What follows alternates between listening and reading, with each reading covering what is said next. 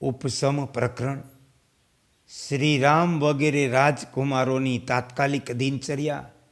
વશિષ્ઠજી તથા અન્ય સભાસદોનો પુનઃ સભામાં પ્રવેશ. રાજા દશરથે કરેલ મુનિના ઉપદેશની પ્રશંસા તથા શ્રીરામે તેમને ફરી ઉપદેશ આપવા માટે કરેલી પ્રાર્થના. શ્રી વશિષ્ઠજી કહે, ભરતાજ, ચંદ્રમાં તુલ્ય મનોહર કાંતિવાળા તે રાજકુમારોએ ઘરમાં જઈને પોતપોતાના ભવનમાં બધાય નિત્યકર્મ પૂરા કર્યા. મહર્ષિ વશિષ્ઠજી, મહારાજ દશરથ, બીજા રાજાઓ, મુનિઓ અને બ્રાહ્મણોએ પોતાના ઘર ગલીઓમાં પોતપોતાના કાર્યો આ પ્રમાણે પૂરા કર્યા. તે બધાએ સરોવરમાં સ્નાન કર્યું. બ્રાહ્મણોને પોતાની શક્તિ પ્રમાણે ગાય, ભૂમિ, તલ, સોનું, સૈયા, આસન, વસ્ત્ર, વાસણો વગેરેનું દાન આપ્યું. સુવર્ણ અને મણિઓથી જડેલ અદ્ભુત શોભાયુક્ત પોતાના મકાનો અને મંદિરોમાં તેમણે ભગવાન વિષ્ણુ, શંકર, અગ્નિ, સૂર્ય વગેરે દેવતાઓનું પૂજન કર્યું. ત્યાર પછી પુત્ર, પૌત્ર, સુહદ, સખા, સેવક, ભાઈ, બંધુઓ સાથે પોતાની રુચિ અનુરૂપ ભોજન કર્યું. પછી સાયકાળનો સમય એમણે સમય ઉચિત શાસ્ત્ર પુરાણોના શ્રવણ મનન દ્વારા વ્યતીત કર્યો. સૂર્યાસ્ત થતાં તેમણે વિધિપૂર્વક સંધ્યા વદન, અધમર્ષણ મંત્રોનો જપ, પવિત્ર સ્ત્રોત્રોનો પાઠ અને મનોહર કથાઓનું ગાન કર્યું. પછી ધીરે ધીરે તે રઘુવંશી રાજકુમારો મોટા ચંદ્રબિંબ જેવી રમણીય ફૂલોથી સજાવેલી મુઠ્ઠીઓ ભરી ભરીને કપૂરનું ચૂર્ણ વિખેરવામાં આવ્યું હતું એવી સયાઓ પર સૂઈ ગયા. ત્યાર પછી પ્રાતકાળના નગારા વગેરે વાજિંત્રોના ઘોષ સાથે ચંદ્રમા જેવા સુંદર મુખવાળા શ્રી રામચંદ્રજી સૈયાથી ઉઠ્યા, જાણે કમળોના સરોવરમાંથી ખીલેલું કમળ પ્રગટ થયું હોય. તે પછી પ્રાતકાળની સ્નાન વિધિ સંપન્ન કરી સંધ્યા વદન વગેરેથી નિવૃત્ત થઈ થોડા પરિજનોને આગળ કરી શ્રી રામ પણ ભાઈઓ સાથે વશિષ્ઠજીના નિવાસ સ્થાને ગયા. મુનિવર વશિષ્ઠજી એકાંતમાં સમાધિ લગાવી બેઠા પરમાત્માનું ચિંતન કરતા હતા. શ્રી રામે દૂરથી ખંભા નમાવી મુનિને પ્રણામ કર્યા. તેમને પ્રણામ કરી તે બધાય રાજકુમારો ત્યાં સુધી ઊભા રહ્યા જ્યાં સુધી અંધકારનો નાશ થઈને દિશાઓ સ્પષ્ટ ન દેખાઈ જાય. ત્યાર પછી અનેક રાજાઓ, રાજકુમારો, ઋષિઓ, બ્રાહ્મણો મૌન ભાવે વશિષ્ઠજીના નિવાસ સ્થાને આવ્યા.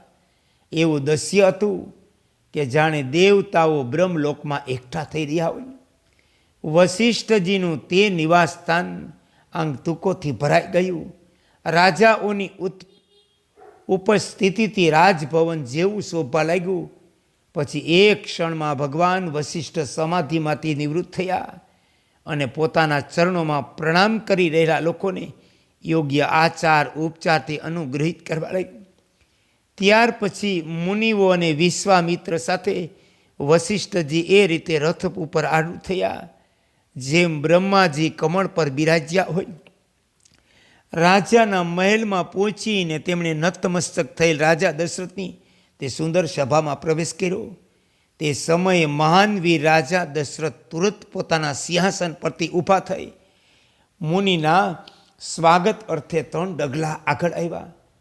ત્યાર પછી ત્યાં દશરથ વગેરે સઘળાય રાજાઓ, વશિષ્ઠ વગેરે ઋષિઓ, બ્રાહ્મણો, સુમંત્ર વગેરે મંત્રીઓ, સૌમ્ય વગેરે વિદ્વાનો, શ્રીરામ વગેરે રાજકુમારો, શુભ વગેરે મંત્રી પુત્રો, અમાત્યો, સુઓત્ર વગેરે નાગરિકો, માલવ વગેરે સેવકો તથા પોર વગેરે માલવીઓએ સભામાં પ્રવેશ કર્યો.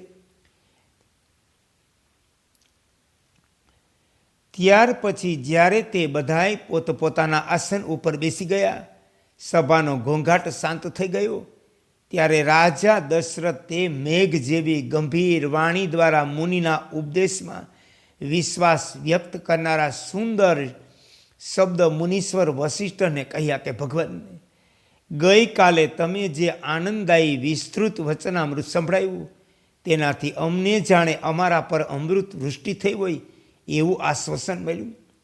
જેમ અમૃત વરસાવતા પૂર્ણ ચંદ્રમાના નિર્મળ કિરણો અંધકારને હટાવીને અંતકરણને શીતળ કરે, તે પ્રમાણે તમારા જેવા મહાત્માઓના અમૃતતુલ્ય મધુ નિર્મળ ઉપદેશ અજ્ઞાનરૂપી અંધકારને દૂર કરી શ્રોતાઓના અંતકરણને પરમ શાંતિ અર્પે.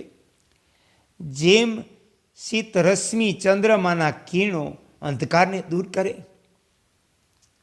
તે પ્રમાણે સજ્જનોના સદ ઉપદેશ મનના દૂર વિચારો અને શરીરની તમામ દુષ્ચેષ્ટાઓને મિટાવે.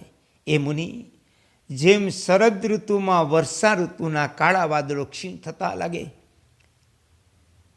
જેમ શરદ ઋતુમાં વર્ષા ઋતુના કાળા વાદળો ક્ષીણ થવા લાગે, તે પ્રમાણે અમારા લોભ, તૃષ્ણા વગેરે દોષો જે સંસાર બંધન માટે બેડી જેવા છે, તે તમારા ઉપદેશથી ક્ષીણ થયા. તમારા ઉપદેશરૂપી શરદ ઋતુથી અમારા હૃદય આકાશમાં રહેલું સંસાર વાસના નામનું ધુમ્મસ હવે ક્ષીણ થવા માંડ્યું. શ્રી વશિષ્ઠજીએ કહ્યું કે રઘુનંદન, એ મહામતે, મેં આગળ પાછળ વિચારો સાથે જે ઉપદેશ તમને આપ્યો, તમને તે યાદ છે? એ સાધુવાદના એકમાત્ર અધિકારી સાધુ પુરુષ, શું તમને સ્મરણ છે કે આ જગત સર્વશક્તિમન પરબ્રહ્મ પરમાત્માથી કઈ રીતે પ્રગટ થયું? એ શ્રીરામ વારંવાર વિચારપૂર્વક હૃદયમાં દઢતાપૂર્વક સ્થાપિત કરેલું તત્વજ્ઞાન મનુષ્યોને મોક્ષરૂપી સિદ્ધિ આપે. જેણે ઉપદેશ દ્વારા પ્રાપ્ત થયેલા તત્વજ્ઞાનની ઉપેક્ષા કરીને તેને વિસારી દીધું, તે મનુષ્યને તેનાથી મોક્ષની પ્રાપ્તિ થતી નથી. એ રઘુનંદન, જેમ વિશાળ હૃદયનો ધનવાન પુરુષ પોતાના ગળામાં ઉત્તમ પ્રકારના મોતીઓની માળા ધારણ કરવાનો અધિકારી છે, તે જ પ્રમાણે જેનું હૃદય વિવેક સંપન્ન છે, તે તમારા જેવો પુરુષ સારી પેઠે નિર્ધારપૂર્વક શુદ્ધ ઉપદેશ માટે યોગ્ય પાત્ર છે.